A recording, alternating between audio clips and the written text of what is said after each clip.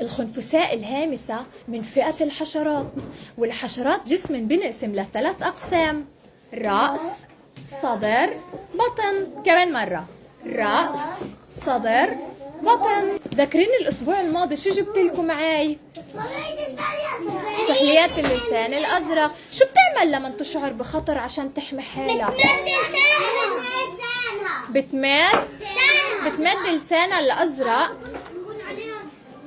بيكون زي ما بيفكروا الحيوانات عليها صم لما تخدع الحيوانات وبتعطيني إشارة نقف أنا حيوان سام، بس هي بالحقيقة سامية؟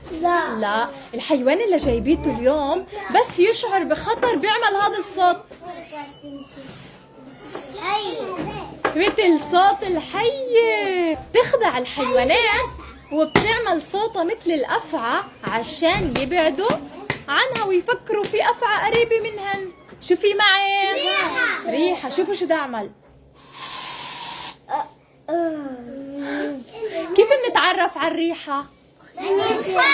بالمنخار. نستعمل حاسة الشم بالأنف.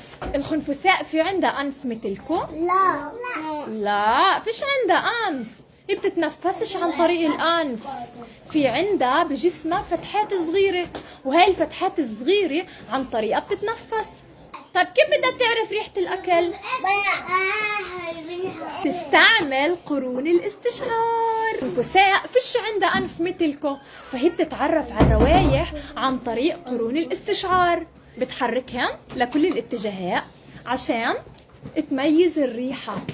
يلا نحضن جسمنا، نعمل عبوطة. كيف حسينا جسمنا؟ بالإيدين.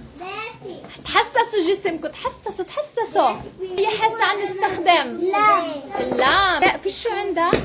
إيدين مثلكم، بس الإجرين. فهي بتتحسس كل شو قدامها كمان عن طريق القرون.